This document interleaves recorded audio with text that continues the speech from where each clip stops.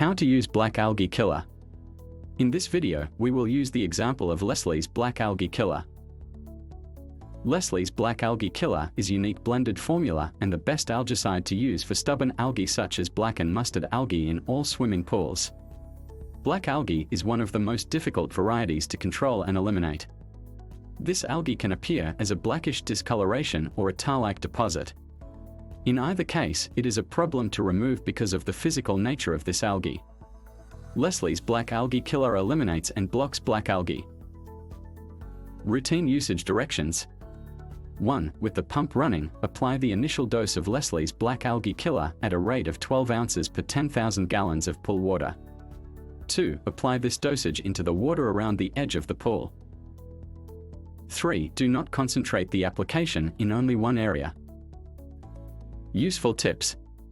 To remove algae, your pump and filter will need to run continuously for about 48 hours.